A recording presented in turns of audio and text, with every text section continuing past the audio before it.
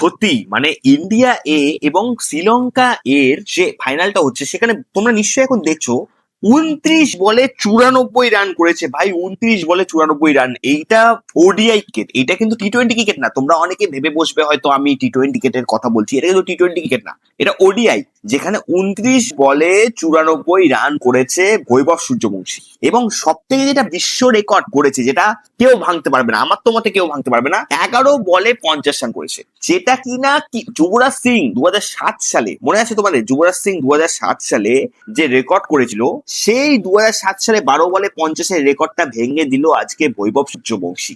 এবং ঋষভ পান্ত যখন আন্ডার 19 খেলে তখন সে 18 বলে 50 করেছিল, সেটাও ভেঙে দিল। এবং লিস্টে, ইন্ডিয়া লিস্টে ক্রিকেটের কোনো প্লেয়ারই 11 বলে 50 করতে পারেনি। তার মানে এটা 15 বছর বয়সী একটা বিধ্বংসী প্লেয়ার বৈভব সূর্যবংশী এই রেকর্ডটা কিন্তু করলো, যেটা আমার মনে হয় না আর ভাঙ্গা সম্ভব। যুবরাজ সিং এর রেকর্ডটা সে ভেঙে দিয়েছে। অনেকেই বলেছিল যে যুবরাজ সিং এর 12 বলে 50-এর রেকর্ডটা হয়তো কেউ ভাঙতে পারবে না, কিন্তু আজকে বৈভব সূর্যবংশী যুবরাজ সিং এর যে 12 বলে 50-এর রেকর্ডটা ভেঙে দিয়েছে। আমি জানি যুবরাজ সিং হয়তো এটা থেকে খুবই খুশি হবে এবং এটা থেকে খুবই সে নিজের গর্ববোধ করবে যে বৈভব সূর্যবংশীর মতো একটা ইন্ডিয়ান প্লেয়ার সে 11 বলে 50 রান করলো, যেটা কিনা নর্মালি ক্রিস গেল বলো এদের কাছ থেকে এক্সপেক্ট করা যায়। কিন্তু বৈভব সূর্যবংশী তার নামই হচ্ছে বেবি বস। ক্রিস গেল যেমন ইউনিভার্সাল বস, বৈভব সূর্যবংশী হচ্ছে বেবি বস, সেটা বেবি বস নামে পরিচিত এবং তার খেলাটা সে দেখিয়ে দিয়েছে। এই যে ইন্ডিয়া, শ্রীলঙ্কা এবং আফগানিস্তানের ট্রাই সিরিজে তোমার বৈভব সূর্যবংশী কিন্তু তেমন ফর্মে ছিল না, প্রত্যেক দিনই মানে বিভিন্ন সমালোচনার মধ্যে আসছিল। এর আগে শ্রীলঙ্কার সাথে যে ম্যাচটা হলো শ্রীলঙ্কায়, সে তখন একটা মানে ভুল একটা বাজে একটা কাণ্ডে জড়িয়ে পড়েছিল, একটা মারামারির মতো অবস্থায় জড়িয়ে পড়েছিল।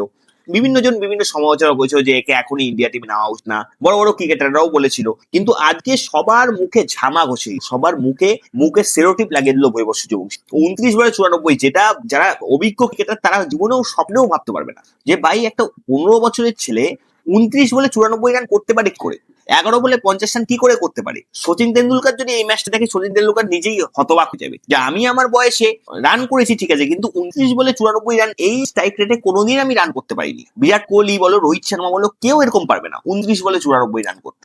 মানে এর মধ্যে মানে ক্রিকেটের ভগবান যেন তার মধ্যে ক্রিকেটের একদম মানে মেন যে ভার্সনটা মধ্যে তার মধ্যে দিয়ে দিয়েছে। এবং বৈভব সূর্যবংশীকে বুঝিয়ে দিল যে সে বড়দের টিমের সাথে খেলার জন্য উপযোগ্য। যেমন আয়ারল্যান্ডের সাথে তাকে নেওয়া হয়েছে, ইংল্যান্ডের সাথে তাকে নেওয়া হয়েছে, এবং সে এটাও বুঝিয়ে দিল যে ওডিআই ক্রিকেটেও সে খেলার যোগ্য। ওডিআই ক্রিকেটে যদি বৈভব সূর্যবংশী খেলে তাহলে ইন্ডিয়া কিন্তু অনেক ভালো পয়সায় যাবে। দেখো ইন্ডিয়ার এখন বর্তমানে যেটা দেখতে পাচ্ছি, 22 ওভারে তোমার 196 রান, এটা কার জন্য সফল হলো? 22 ওভারে 200 রানের মানে যাচ্ছে ইন্ডিয়া, যেটা 22 ওভারে 200 রান কখনো হয়ই না। 32 ওভারে বা 30 ওভারে 200 রান হয়, বা 29 ওভারে 200 রান হয়। 22 ওভারে 200 রান হওয়াটা কিন্তু হয়ই না বলতে গেলে, কোনোদিনও এটা কেউ স্বপ্নে ভাবতে পারেনি 22 ওভারে 200 রান হয়, তা আবার ওডিআই ক্রিকেটে। তো ব্যাপারটা হচ্ছে 22 ওভারে 200 রান কার জন্য হলো? এটা বৈভব সূর্যবংশীর জন্য হলো। তো বৈভব সূর্যবংশী একটা স্টেটমেন্ট দিয়ে দিল ইন্ডিয়া যে জাতীয় দলকে, যে সে ওডিআই টিমের জন্য ক্যাপাবেল এবং টি-20 টিমের জন্য সে ক্যাপাবেল, এইটা সে একটা স্টেটমেন্ট দিয়ে দিল। যাই হোক, আজকে একটা জিনিস খারাপ লাগছে যে সে 29 বলে 94 রান করলো, কিন্তু সে 100 করতে পারলো না। কিন্তু এই দিক থেকে আবার ভালোও লাগছে যে সে টিমের জন্য খেলেছে, টিমের জন্য, সে নিজের জন্য খেলে না। এটা সে বুঝে নিল যে আমি নিজের জন্য খেলি না, নিজের রেকর্ডের জন্য খেলি না, আমি টিমের জন্য খেলি। এই জন্য সে কিন্তু আজকে আউটটা গেল। কিন্তু যাই হোক, দারুণ মানে দারুণ প্লেয়ার, মানে কোনো কথা হবে না, এর মতো প্লেয়ার হওয়া খুবই মুশকিল। এর মতো প্লেয়ার হতে গেলে হয়তো অনেককে কঠোর পরিশ্রম করলেও এরকম প্লেয়ার হতে পারবে না। 11 বলে 50 রান, এটা কি মানে ছেলে খেলা হচ্ছে? মানে শ্রীলঙ্কার প্লেয়ারদের সেদিন যে তাদের মধ্যে ঝগড়া লেগেছিল, তাদেরকে বুঝিয়ে দিল যে তোরা বাবার সাথে লাগিস না, তোরা আমার সাথে লাগিস না, আমি তোদের ব্যাটিং এ আজকে পরিচয় দেবো, ব্যাটিং এ আজকে বোঝাবো যে আমি কে। এটাই বৈভব সূর্যবংশীকে বোঝালো, দেখে খুবই ভালো লাগলো। যাই হোক, বৈভব সূর্যবংশী ওর কাজ করে দিয়েছে।